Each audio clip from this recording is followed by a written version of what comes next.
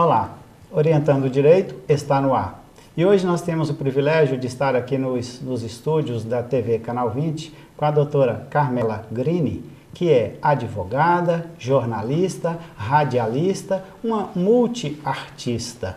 E nestas condições, ela que é carioca, de origem alemã por sinal, mora no Rio Grande do Sul e lá ela faz um trabalho como advogada, como profissional do direito, como professora, inclusive nos presídios, fazendo um trabalho social. Faz edição de jornal, canta, leva a música como promoção da cultura jurídica de uma forma popular. E a primeira pergunta que eu faço a também escritora Carmela, como vamos falar daqui a pouquinho, é como que ela faz, quais são os seus projetos, quais são as suas ideias, como que implementa esta condição de levar uma cultura popular jurídica ao povo, às ruas. Principalmente a cultura jurídica popular a partir de vários segmentos, né? Integrando não só publicação de jornal, edição de livro, promoção de vídeos, mas meios de comunicação e de linguagens para que as pessoas possam sentir a apreensão do conhecimento de forma diferente. O que hoje um muro de grafite pode falar sobre o direito? Será que as pessoas passam nas ruas e não prestam atenção naquilo que eles estão vendo? Será que elas estão refletindo sobre isso? O que uma letra de música hoje tem de conteúdo jurídico? Ou o que uma letra de música fala hoje sobre o direito que precisaria se ter, né? Ou um repente, quando se faz um cordel, ou no rap, uma música de protesto, como se teve agora recentemente, o Emicida sofreu, foi preso por causa de uma música que ele fez. Enfim, a gente tem que olhar o universo que existe de manifestação periférica, que são linguagens republicanas consideradas marginais, e elevar isso, né? Então, a cultura jurídica popular ela já existe, só que ela não é reconhecida, né?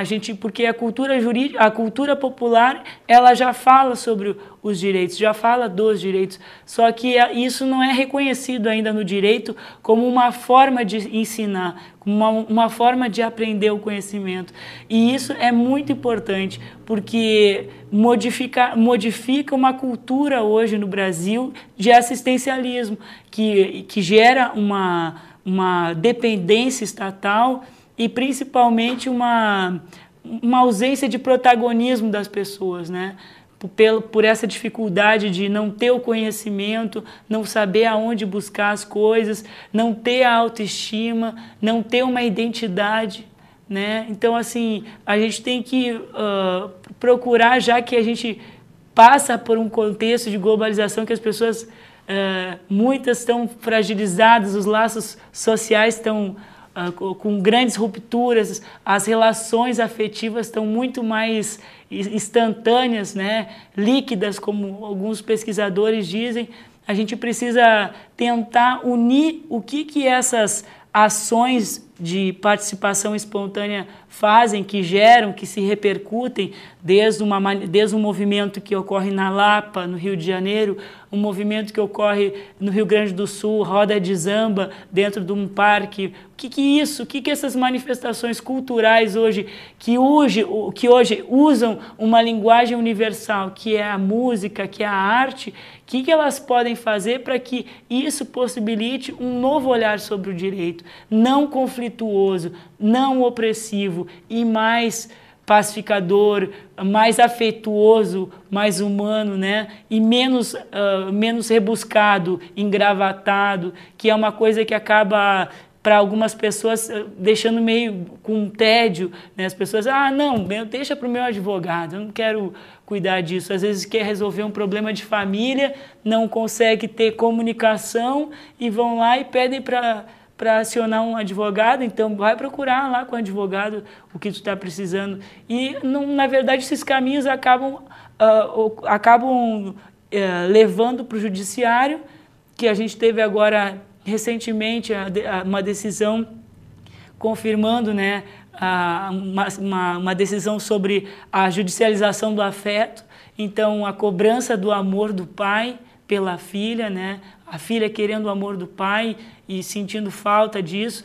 Não que isso não seja bom para gerar precedente, para se buscar judicialmente alguma reparação, mas a que ponto a sociedade chegou hoje para ter que buscar pela via do judiciário algo que deveria ser construído, né, pelas nossas relações. E a cultura popular, ela gera melhor autoestima, gera sentimento de pertencimento, a identificação entre as pessoas, quebra paradigmas de preconceitos, é plural, e o que a gente mais precisa numa democracia é que se tenha a participação e principalmente a pluralidade, né?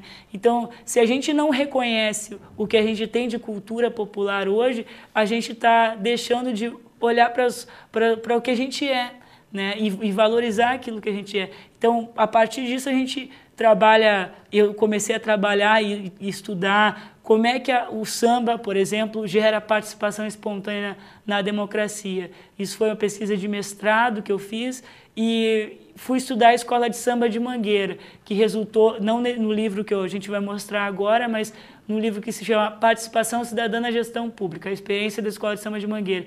E esse livro aborda como é que os programas sociais da Escola de Samba ajudam a diminuir criminalidade, integração dos pais com os filhos, a acessibilidade a portadores de necessidades especiais, a diminuição de violência doméstica nas famílias, enfim, trabalho, esporte, uma série de atividades que estão possibilitando dar uma condição de vida diferente para uma comunidade que é marginalizada, né? Muito marginalizada, que eu digo que está ainda muito dependente do Estado em ações de melhoria.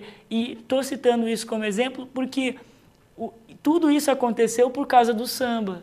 Se não fosse o samba, né? O samba ensinou a olhar as pessoas, a unir, a conglomerar, a um tamborim fazer um efeito diferente. Agora, não só esse projeto, mas a gente começou um projeto que faz mais de um ano, que é o Samba no Pé e Dinheiro na Cabeça, primeiro, antes do livro, com o objetivo de exaltar uma das manifestações mais importantes da cultura popular, que é o samba, né? E a gente vai até mostrar uma das músicas depois para ver como é que funciona essa relação.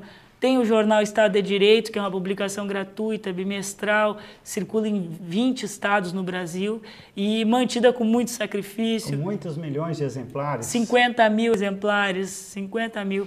E a gente está procurando, assim, mostrar formas de sensibilização, de apreensão do conhecimento e também de desenvolver política pública, né? Porque não é porque uma empresa, que é no caso que eu faço, que é uma empresa que está fazendo, que não pode gerar uma política pública. Então a gente está sempre pressionando, na medida do possível, o Estado para olhar essas linguagens que são diferentes. E olhar, por exemplo, hoje, se nós temos o concurso público que gera a participação de 11 milhões de pessoas estudando para concurso público, existe política pública que, na hora que vão elaborar a prova lá, seja uma prova que, além de buscar o conhecimento técnico que precisa, mas um conhecimento que vá além e que vá para o cotidiano dessa pessoa.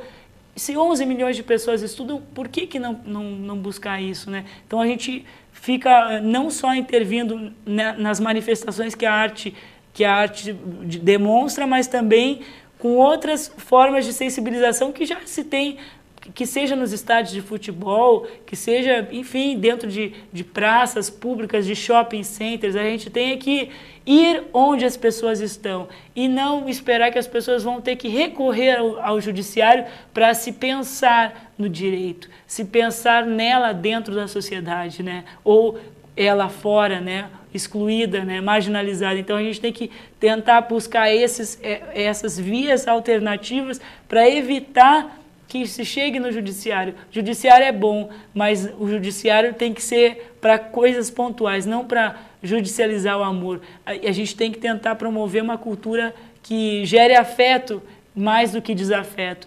Infelizmente, a gente sabe que no judiciário uma ação judicial acaba gerando uma relação se prolongando uma relação de conflito, né, por ausência de comunicação, né, quando se pode, né, tem coisas que não vai ter como voltar, sei lá, uma multa de trânsito tu não tem como fazer, ou uma ação no banco tu não vai conseguir conversar diretamente, mas principalmente aquelas relações que envolvam a questão dos direitos das famílias, por exemplo, é um caso muito importante. Ou a questão do direito à moradia mesmo. Por que o Estado não planeja outros mecanismos para que não se chegue lá? Às vezes, uma desocupação de uma área vai gerar muito mais transtorno e custo para o Estado do que comprar a área onde estão aquelas famílias que foi invadida, por exemplo. Uma área invadida pode custar menos do que uma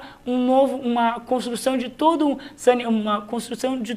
uma urbanização de uma área. Então, são coisas que a gente tem que parar e refletir para o judiciário não intervir tanto, né? Nós vamos a um pequeno intervalo e assim que voltarmos vamos falar sobre alguns dos projetos da doutora Carmela, entre eles o direito no cárcere.